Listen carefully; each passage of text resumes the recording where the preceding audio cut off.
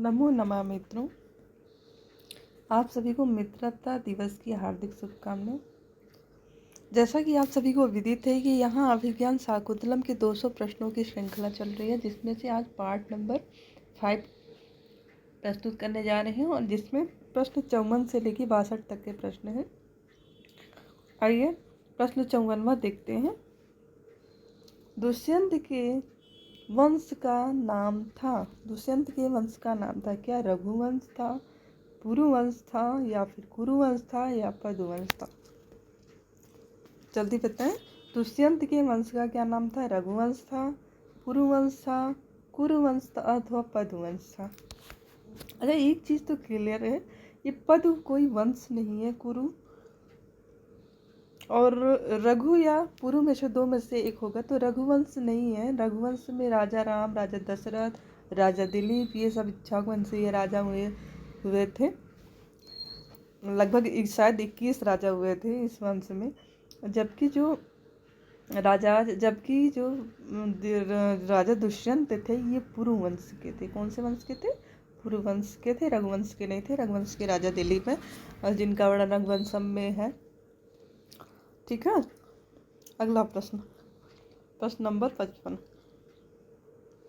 प्रश्न नंबर 55 कह रहा है कि अभिज्ञान शाकुंतलम में किस रीति का प्रयोग किया गया है?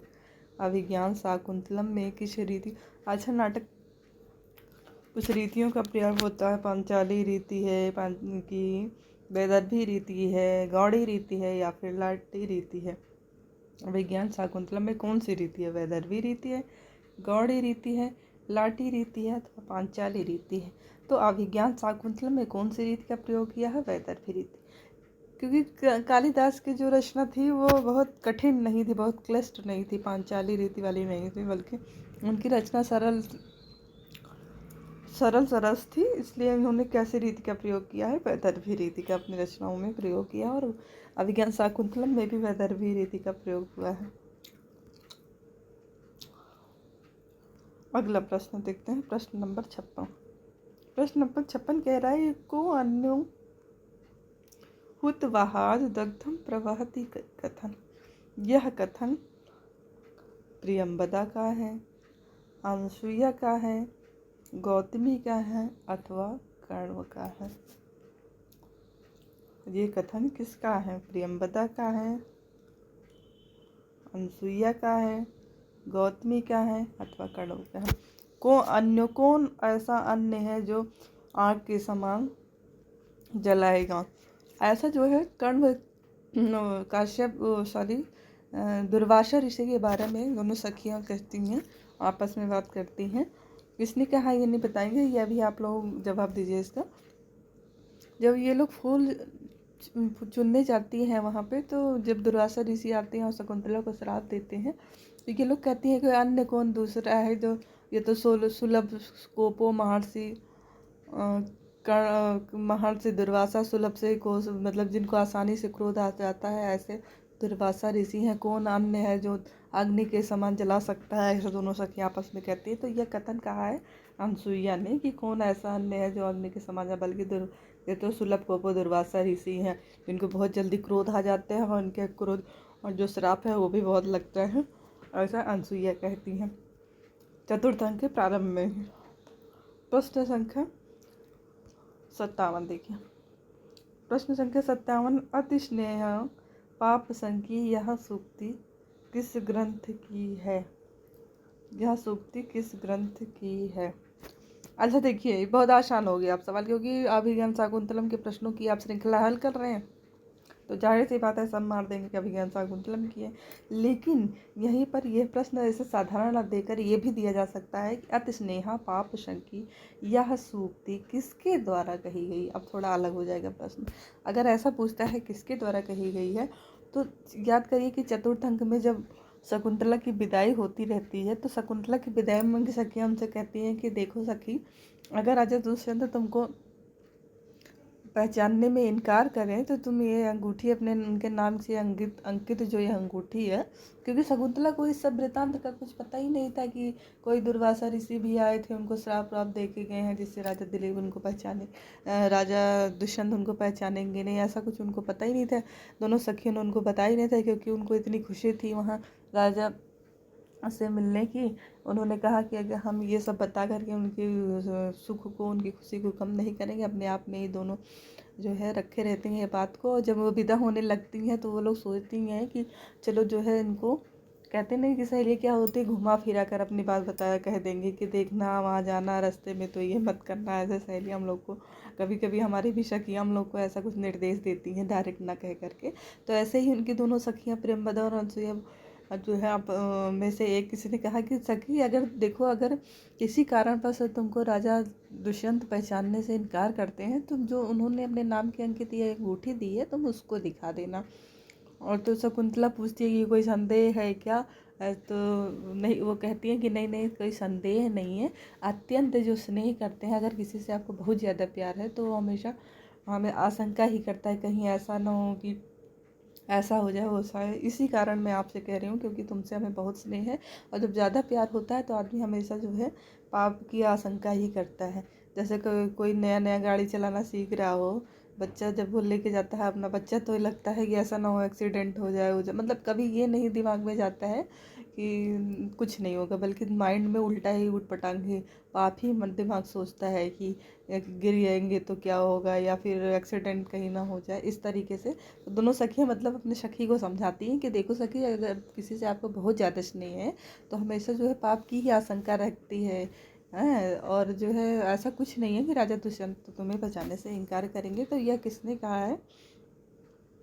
यहाँ तो अब उत्तर में है अभिज्ञान शाकुंतलम, तो लेकिन इसका कमेंट बॉक्स में आप लोग जवाब दीजिएगा कि अनसुईया और प्रियंवदा में से यह जो है किसके द्वारा कहा गया। दोनों, क्या दोनों ने कहा है, क्या एक किसी ने कहा है? कमेंट बॉक्स में आप लोग टाइप करके दीजिएगा।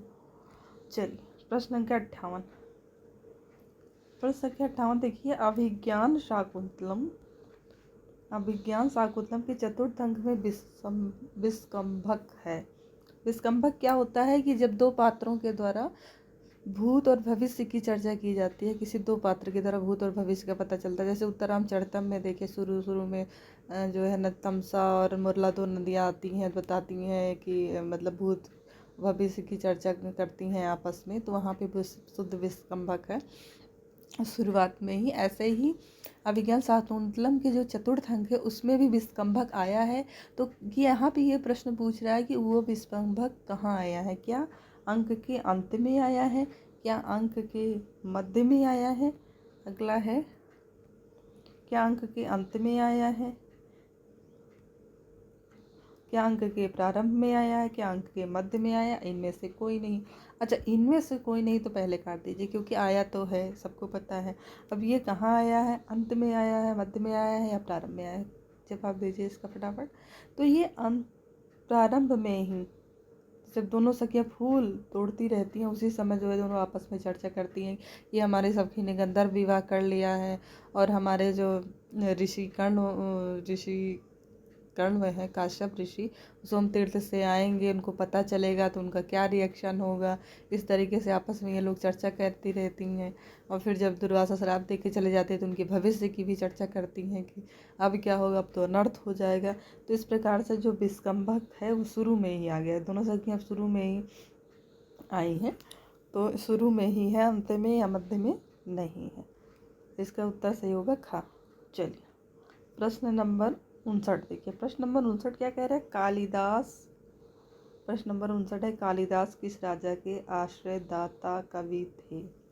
आश्रयदाता क्या, किसी के आश्रय में जब कवि रहता है, और पहले तो क्या होता, ज़्यादातर कवि वगैरह किसी राजा के आश्रय में ही रहते थे और राजा के गुणगान में कविताएं वगैरह लिखा करते थे। लेकिन धीरे धीरे जो है बदलाव हो गया। तो जो कालिदास थे वो किसी एक राजा के दरबार में रहते थे। क्या उनका नाम चंद्रगुप्त था? क्या उनका नाम पुष्यमित्र था? क्या उनका नाम अशोक था या स्कंदगुप्त था? वो कौन से राजा थे जिनके आश्रयदाता कवि थे? तो वो राजा थे चंद्रगुप्त विक्रमादित्य, जिनके दरबार में कालिदास रहते थे। पहला का सही हुआ। कौन से राजा थे? चंद्रगुप्त विक्रमादित्य। चलिए प्रश्न नंबर 60 देखें। शकुंतला के साथ दुष्यंत के राज दरबार तक कौन गई थी? लो भैया, अब तक ये तीसरी बार आयोग द्वारा पूछा गया प्रश्न है और सीधा डिक्टो यही प्रश्न, शकुंतला के दरबार तक कौन गया था, इनमें से कौन नहीं गया था, इस तरीके से प्रश्न।